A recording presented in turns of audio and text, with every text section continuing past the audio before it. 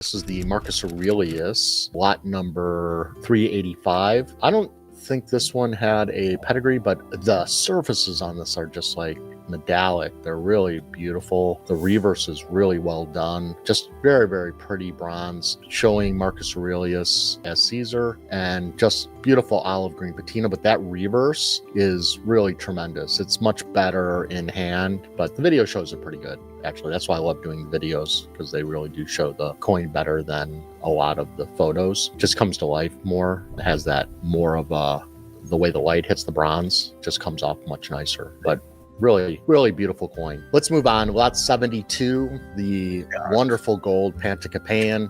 So this brought 300,000 hammer. I was actually the underbidder on this coin. And what they didn't show, I ended up seeing some videos of this coin. They didn't have them online, but I asked the auction house for them. And underneath the griffon on the reverse, there was actually scratches, which are hard to make out. They were very hard to make out on the photo, but in the video, they're pretty prevalent. And so my client, who was going to go over 300,000, decided to stop at 300. And so the other bidder got 300 first, and I could have cut it, but I decided we decided just to let it go.